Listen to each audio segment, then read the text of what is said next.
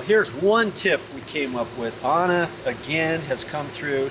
She put a rubber band here, and I took the glove off, and then she slid that up on my hand and put that back and doubled up the rubber band, and that's kind of keeping this up tighter so I don't have to kind of pull up on it all the time. I still kind of have to check on it every once in a while, but now I can just do it with one hand. Just dab it a little bit and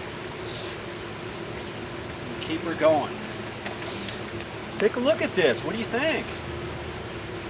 Looks awesome, Joe. I saw it from the other side too. Looks really good. Show on down there just a little bit of what's happening with this. This is just the first coat.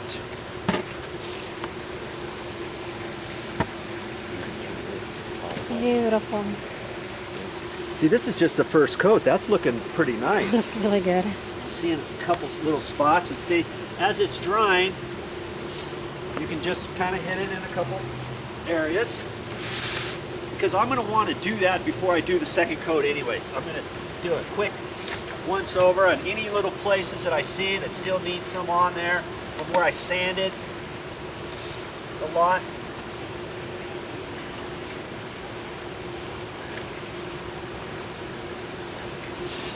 What a huge difference a little paint can do. Yes, It's unbelievable. nice. And it's not really costing very much to do this. The paint was about $8. Sandpaper, $4. The mitt was like $4.99. $5. And it's gonna look really good. I'm gonna need some more masking tape over here, I think. Okay, coming. Yeah. Now I can just take this and I can just kind of push down on it, go around there as best I can.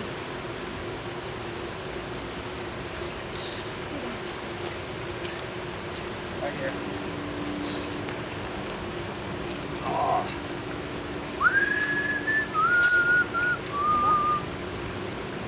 Yep.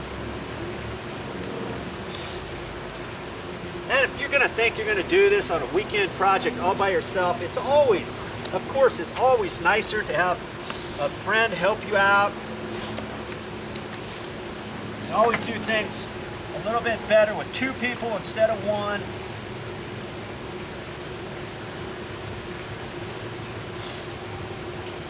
So Joe, right now you're not doing these sockets down there. Now see, this down here, I'm going to keep my hand kind of tight. I'm just going to use my finger. One finger down in there, my index finger, I'm just pushing that on there. And actually that's getting most of it right there. Wow. Okay, and I'll go back with the paintbrush and hit whatever I can't get with this. Around the edges too. And when you do that with the paintbrush, you don't want to just slop it in there, because if your masking tape is not perfectly tight, if you've got concrete, or you've got little bits of rock in there, or whatever you got, if it's not tight, some of the paint's going to go underneath there. So when I paint that, I'm still going to try my best to kind of cut it in sideways as best I can, not just jam it down there with a full paintbrush and wipe it in there, because once you pull the masking tape off, you're going to think, oh, the blue tape didn't really work that well. Well, that's because the paint got in underneath the edge and ran down, okay? Think about that. That's looking better. Really nice. The thing I like about this glove, this is the same material as a roller cover. That's why it's going on so nice. And what I found is I can go both directions here too, see? As I'm putting it on. That might help you stick it on and go back over it. So I Joe, don't know any quicker thing you could do to paint a rail like this.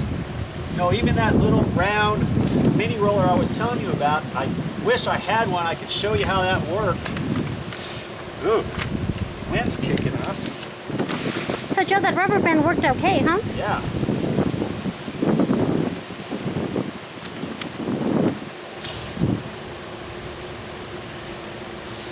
And you switch. When I do around the bottoms, I'm just using my finger, just a pointer, and so I can dig down in there.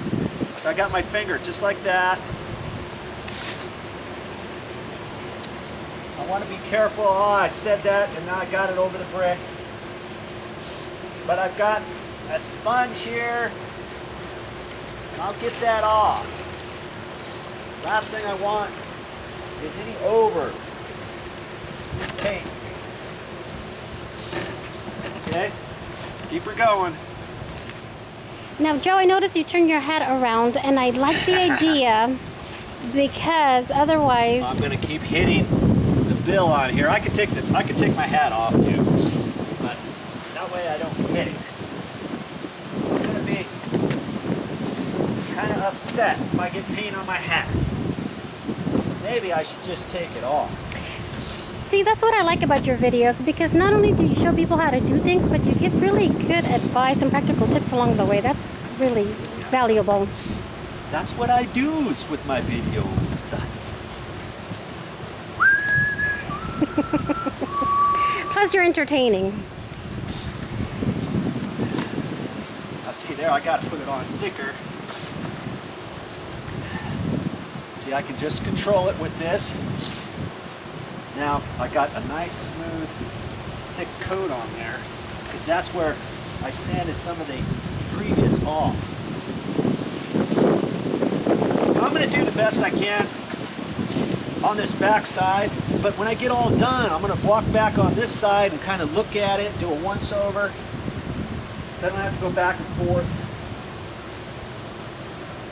Don't kid yourself. Just because you think you're reaching over there, maybe you're just not getting it all, and you need just a little bit more before you put your next coat on.